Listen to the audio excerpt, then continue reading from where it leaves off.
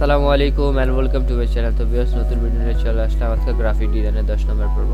তো 10 নম্বর পর্বে সবাইকে স্বাগতম। আজকে আমাদের ভিডিও টপিক হলো পলিগন টুল আর হলো স্টার টুল। এই দুইটা টুলের ব্যবহার আমরা কিভাবে করতে পারি তাই আজকে দেখব। তো সেম আগের প্রসেসই, তো আগের মতো আর কিছু বলবো না। তো আগে যেভাবে আমরা এই টুলগুলা তিনটা টুলের কাজ করছি, সেম এই দুইটা টুলও একইভাবে আমরা কাজ করব। তো দেখতে থাকেন কিভাবে আমরা এই কাজটা করি।